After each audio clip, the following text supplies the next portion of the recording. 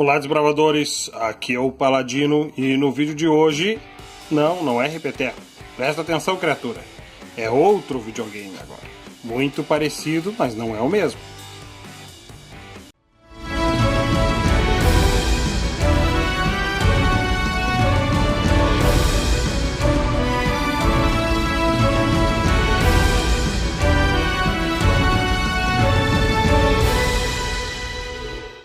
Então, como sempre eu preciso cometer gafes até em outros vídeos, né? Eu disse que ia abrir o americano e aqui eu não tenho o americano, eu tenho o europeu. Não que tenha grandes diferenças entre um e outro. Na verdade, esse aqui tem até componentes de explicações em português, de Portugal, claro. Mas tem. Os jogos são exatamente os mesmos da versão americana. E a caixa e o conteúdo é exatamente o mesmo da versão americana. Aliás, a caixa do aparelho, né? Porque a caixa em si você consegue ver a diferença já de cara. Até, principalmente nas nomenclaturas que são utilizadas. De classificação etária, por exemplo. E também na parte de trás. Há bastante diferenças com a versão americana. Que talvez, no futuro, eu traga para o canal. Mas não é certo porque as diferenças talvez não valham a pena entre o Nintendo Classic e o Joel Santana volta novamente na versão europeia ou americana. Pois bem, esse vídeo talvez ele vá ficar um pouco mais longo que o outro, que nesse eu vou explicar todos os jogos de forma breve, já que do Famicom eu expliquei basicamente só os jogos que eram exclusivos dele. Então vou tentar ser breve para não tornar muito cansativo o vídeo, para fazer com que ele flua de uma forma melhor. Bom, vamos lá. Primeiro vamos falar dos 22 jogos que tem nas duas versões. Só que aqui, claro, com a parte de menus em inglês, por padrão, né, dos jogos da época. Então acredito que seja muito melhor jogar eles neste console do que no Famicom. No Famicom, basicamente, é mais um item para coleção mesmo, ou para as pessoas que querem aqueles 8 jogos que tem nele, naquele de lá, e não tem nesse. Seriam os únicos motivos que eu consigo pensar porque alguém ficaria com o japonês aqui no Brasil e não com o europeu ou com o americano. Então vamos lá. Listando os 22 jogos que tem nas duas versões. Balloon Fight. Para quem não conhece o Balloon Fight, ele é um jogo que eu chamo de looping. Ele é um jogo que ele não tem muito propósito. Você simplesmente fica estourando os balões dos outros, os outros estouram os seus, você está ali planando naqueles balões e ganha o último que ficar de pé. Ele é muito divertido em modo versus e provavelmente vai aparecer no canal numa playlist que eu tenho em mente. Mas se você jogar o modo história dele, se é que dá para chamar assim, ele praticamente não tem fim. Ele é aquele jogo tipo enduro do Atari. Você joga e joga, ele vai resetando e resetando e resetando até o dia que você morrer. Então, ele é um jogo de looping, como eu chamo. O Castlevania, bom, acredito que a maioria das pessoas conhece esse jogo, mas ele tem uma importância ímpar no mundo dos videogames. Ele praticamente introduziu um método, tanto que existe o chamado Metroidvania, que é justamente pelo modelo de mapa de transição que você joga, que foi criado tanto no Castlevania quanto no Metroid quase que ao mesmo tempo. Na verdade, um meio que complementou o outro. Então o Castlevania é um jogo referência que iniciou essa franquia, que na minha opinião é uma das melhores, e é o primeiro contato que eu tive com um jogo que tentou ser de terror. Ele é um jogo que, para quem jogou naquela época, vale demais jogar pela nostalgia, porque ele parece que envelheceu muito bem. Quem tem a resistência contra o gráfico talvez não vá gostar muito dele de começar agora, mas quem é daquela época tem uma melhor chance. Donkey Kong, muito diferente dos Donkey Kong que você viu no Super Nintendo. O Donkey Kong do NES é um jogo onde o Donkey Kong é o vilão. Ele capturou a Peach, fica em cima de uma coluna lá, jogando barris, e o Mario vem de baixo para salvar. É isso mesmo. O jogo do Donkey Kong é o jogo do Mario, na verdade. Esse jogo foi o jogo que fez o Shigeru Miyamoto ser a referência que ele é hoje. Muitas pessoas não sabem, mas lá nos fliperamas que lançaram a Nintendo, esse foi o jogo que o Shigeru Miyamoto fez na pressão e fez com que ele fosse lançado e que a Nintendo fosse conseguir fama mais rapidamente a ponto de conseguir lançar o seu próprio console. Mas isso é uma história muito longa que fica para outro vídeo. Double Dragon 2. Bom, também é um jogo que, para quem é da época, dispensa apresentações. Ele é um beat'em up, onde os Double Dragons ficam andando pela rua enchendo todo mundo de porrada. Muito no estilo Final Fight, mas como ele é mais antigo, com gráficos piores, ele claro, não tem tanto aquele visual de periferia e tal, mas eu acredito que é um dos melhores beat'em up que já foram criados. Dr. Mario, que nada mais é do que o Tetris do Mario, melhor forma que eu posso explicar. Claro que com alguns elementos novos, ali tem os vírus que você tem que matar com os remédios das cores equivalentes, mas é basicamente uma variação do Tetris do Mario. Excite Bike, que é um dos jogos mais divertidos de corrida que eu conheço. Na verdade é até impressionante o quanto ele é divertido, porque ele tem a visão de lado e a grande graça estava em justamente derrubar os outros das motinhas, porque você se andasse na frente e conseguisse cruzar a frente e passar a roda de trás na roda frontal do seu inimigo, ele caía. Inclusive quando você cai é muito engraçado o jeito que corre para a moto. Galaga, outro jogo que nossa, é muito conhecido, é um jogo lá naquele estilo Space Invaders, onde é uma nave combatendo outras naves em um sistema similar a uma pirâmide, onde vai neutralizando e passando de fase em um looping eterno, exatamente como outros jogos da época. Esses são os jogos que existiam muito na época, que são os chamados inzeráveis. Jogos que não me importa quanto tempo da tua vida tu dedicasse a ele, ou teu videogame queimava ou tu morria, mas o jogo jamais ia acabar. Ghosts and Goblins, que é tido até hoje um dos jogos mais difíceis que o ser humano teve a desgraça de criar, e até meio cansado esse jogo no YouTube, porque ele aparece demais, né, em referência a isso, mas já que ele está aqui não posso deixar de falar.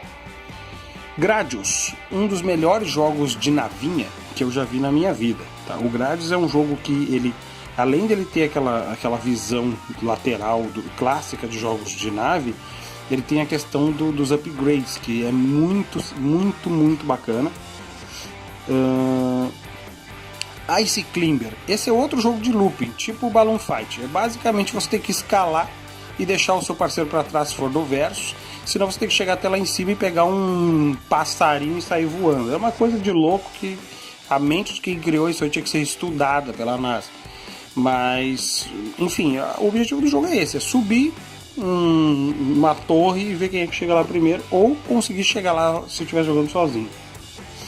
Kirby's Adventure, esse jogo, inclusive é ele que está aqui, ó, é simplesmente o jogo que tem o melhor gráfico que eu me lembro do Nintendinho, que eu observei, e é um dos jogos mais divertidos que eu conheço. Quem tiver a oportunidade de jogar esse jogo, se você gostou, por exemplo, de Mario World e você tiver a oportunidade de jogar esse jogo, jogue, mesmo hoje. O jogo é fantástico. Eu sei que quem olha aqui, uma bolinha rosa, não se confunda. Esse jogo ele é fantástico, é essencial para qualquer pessoa que goste de um gênero de aventura, estilo Mario, mas totalmente diferente no sentido de power-ups, de sistema, enfim. A essência do jogo é a mesma, mas é outro jogo, e não é à toa que esta bolinha rosa é uma das franquias de maior sucesso da Nintendo. Esse jogo é uma obra-prima. Sem sombra de dúvidas, para mim é um dos melhores jogos que o Nintendinho viu, e com certeza um dos que mais gastou hardware do aparelho, porque ele engana os gráficos a nível de Super Nintendo, o que hoje pode não parecer muita coisa, mas na época é fantástico. Mario Bros. Esse daqui você pode chamar ele, eu chamava ele de Mario Encanador, mas também dá para chamar de Mario Piratão ou qualquer coisa do tipo, porque o jogo é horrível. É um jogo triste, dá vontade de chorar. Você entra em depressão automaticamente quando olha pro jogo na tela. A Mística chegou a achar que era um jogo pirata quando eu mostrei para ela na internet para mostrar como é que era o jogo.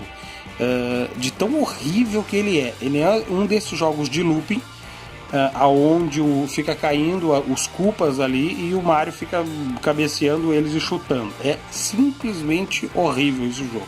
mas tá ali, né, mais como um clássico para as pessoas poderem olhar. Mega Man 2, que também dispensa apresentações, eu acredito que eles botaram o Mega Man 2 porque ele é tido pelo grande público como o melhor Mega Man, embora eu não concorde, ele é visto pelo público desta forma. E ele realmente ele é muito bom, mas eu só não acho que ele seja o melhor.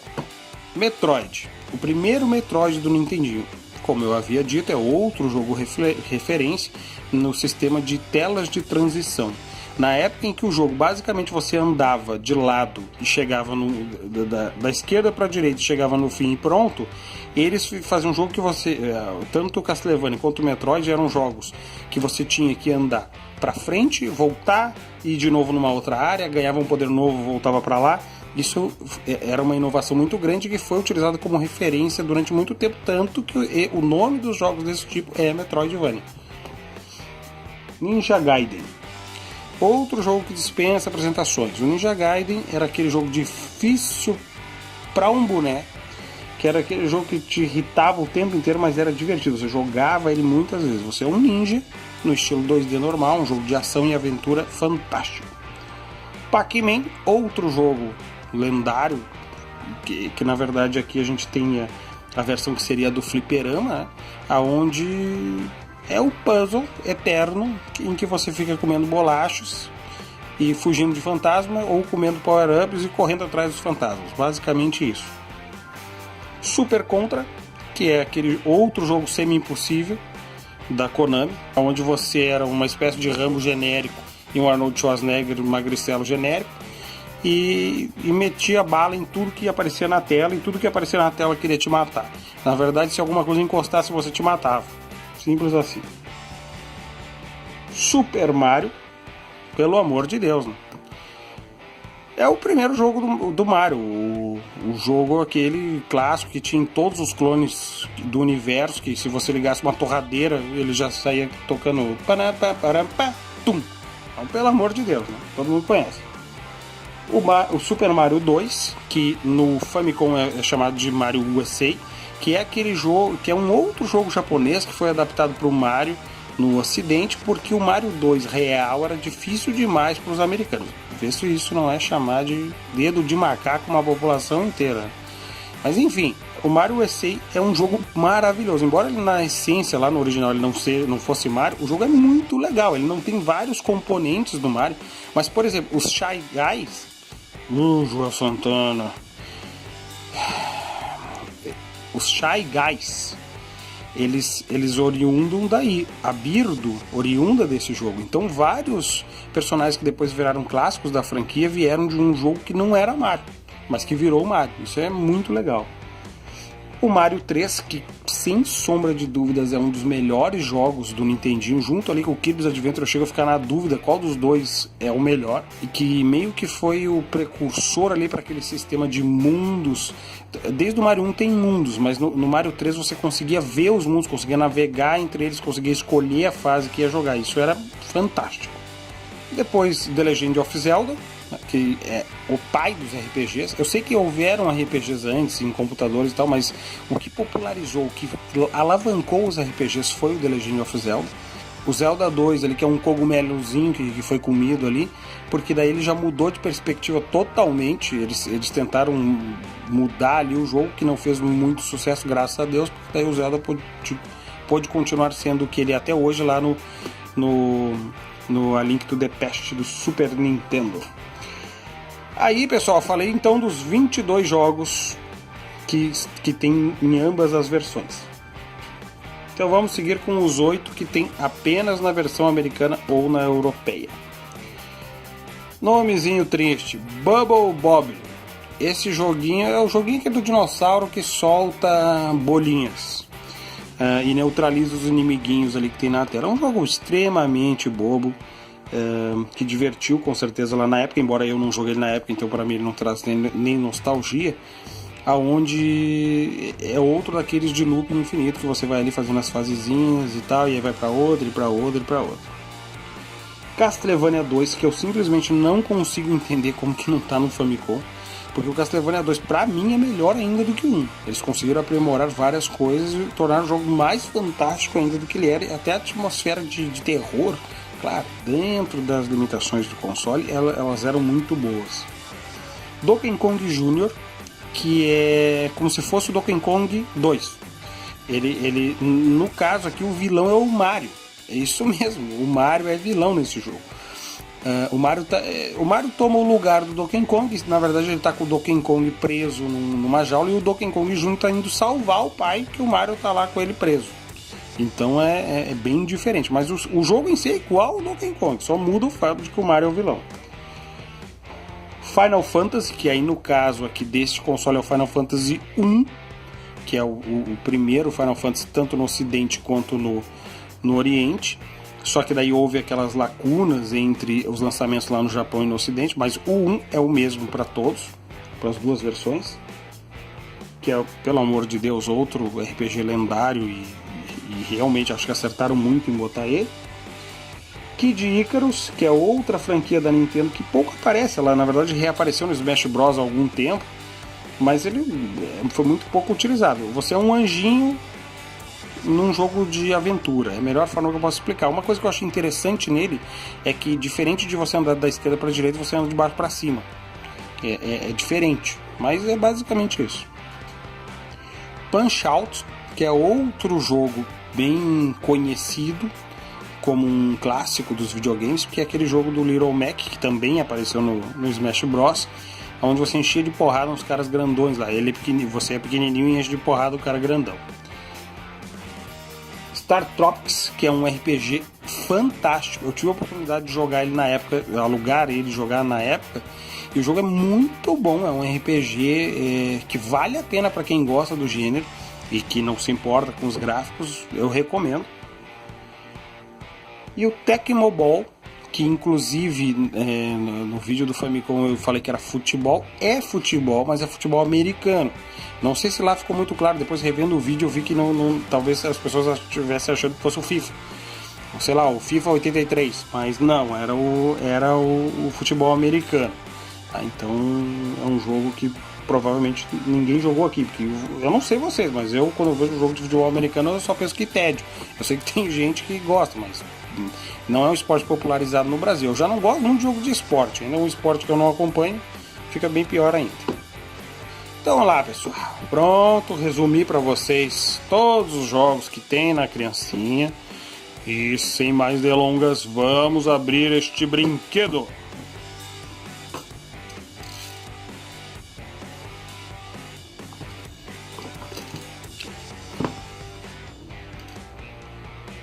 Cuidado cirúrgico. Quando a gente já não tem muita habilidade, tem que tomar mais cuidado ainda. Mas acharam que meu dedinho ia escorregar, né? Mas escorregou não, só vai ficar um inferno pra puxar isso aqui.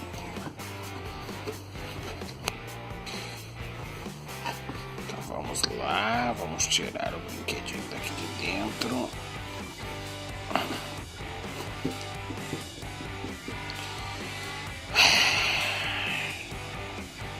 Deixa eu puxar um poder aqui. Agora acho que vai. Agora foi. Acharam que eu era um jaguar e que eu ia chegar mostrando o código, né? Mas dessa vez eu vou cuidar.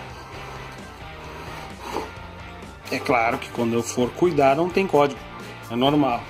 É assim que tem que ser. Lógico.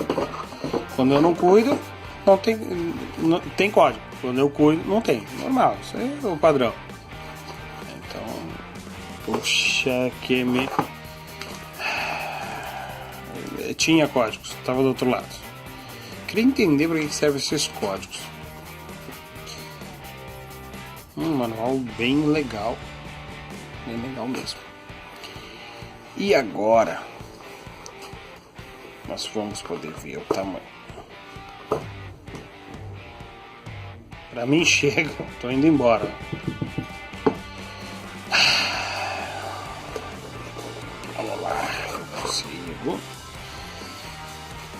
Olha o tamanho do console.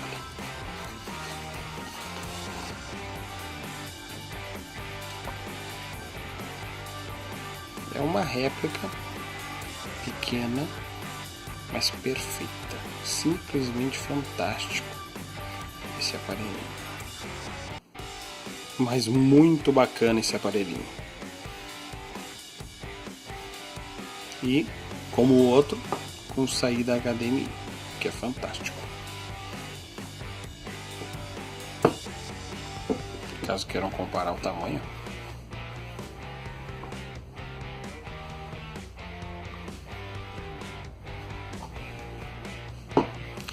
E agora a justiça seja feita. Eu falei mal deste controle no outro vídeo, porque vinha um só.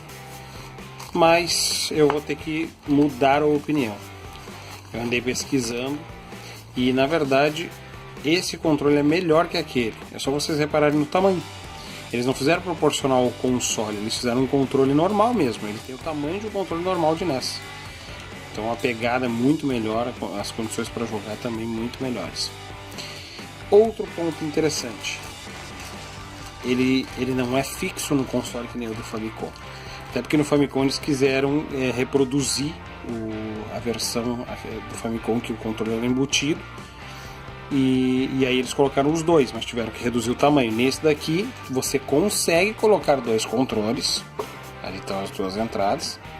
E este controle também serve no Wii e no Wii U. Então é inevitável que ele acaba sendo mais prático, mais utilizável do que os do Famicom, que só vão poder ser usados nele lá, e se quebrarem já era. Enquanto esse daqui você pode comprar alguns e ficar tranquilo com isso, ou então até usar no Wii. E pelo que eu li, ele também aceita o Classic Controller do Wii. Então, pelo amor de Deus, ficou muito boa essa sacada. Você consegue jogar de dois também, só precisa comprar um outro controle ou ter um compatível do Wii para usar.